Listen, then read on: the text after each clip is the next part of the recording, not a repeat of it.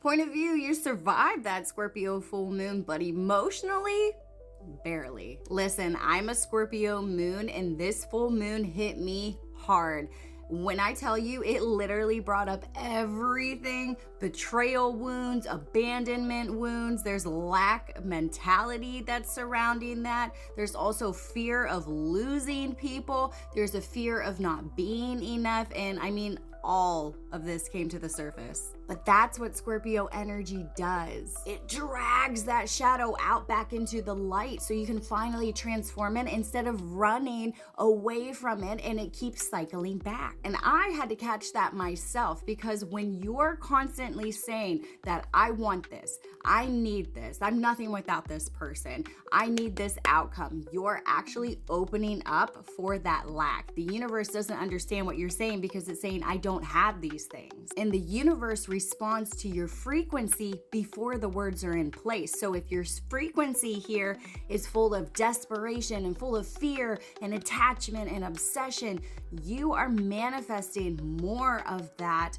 waiting period, more of that longing, more of the lack, more of the emptiness that is involved there. So Scorpio here teaches how to surrender and how to transform in the death and rebirth process. So instead of reacting emotionally, sometimes you just need to actually just stay quiet. So observe those thoughts, observe those triggers, observe the emotions that are trying to rise up out of your subconscious, because those emotions are showing you what actually needs healed. Today, the moon is shifting us into more of a lighter air energy in tropical astrology, which is helping people here process all of the emotions that they had after that deep Scorpio water came in. People may feel more mentally active. They may feel more restless or reflective right now.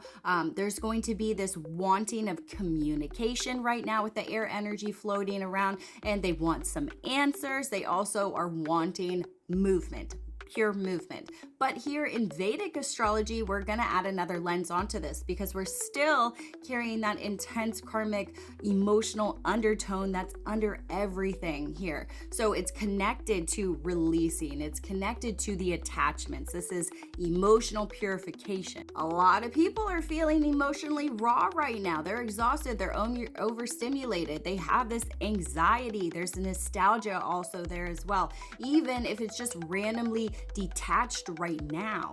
And this week, there's this massive energy transformation that is happening right now, because we're still in a season where the universe is asking us, what cycle are you finally done repeating? And honestly, I'm done. I'm done with the same cycle that has been repeating in my life for 2 years straight. If you're new here, hi, my name is Sarah. The last 2 years of my life have honestly been absolute shit. I've gone through abandonment, loss, instability, homelessness, heartbreak, financial struggle. Right now, I'm literally working with a realtor who is trying to help me find a home for me and my 4-year-old. This is my only job, okay? Social media, readings, sessions, content creation. This is how I survive right now. And no, I don't really have any close friends, but I do have all of you. And honestly, so many of you have supported me more emotionally than the people in my physical reality ever have. And I am grateful for every single person who has showed up with genuine energy and kindness, because I am tired of fake support. I am tired of fake love. I am tired of fake loyalty and by being abandoned by people who say they care. But here's the thing, I'm also realizing that I can't force these timelines anymore. I had a very specific vision inside of my head of what I thought my life was supposed to look like, who I thought was supposed to be in it, what I thought love was supposed to look like. But maybe part of this transformation is allowing new energy to come in. Maybe that means opening myself up to meeting new people, opening new channels of communication. The energy is supporting these type of things, trying new things, allowing myself to be seen a little bit differently. And that can be uncomfortable for me, Scorpio moon, you know what I mean? But if you keep making the same choices, entertaining more of that same energy, replaying the same emotional cycle, then nothing changes. New timelines require movement and nothing else, even if it scares you, even if it takes you outside of that comfort zone. Because honestly, I think a lot of us are standing in that exact doorway right now. And also, the space weather here has been active too. We just had a little bit of elevated solar activity with recent M-class solar flares being detected.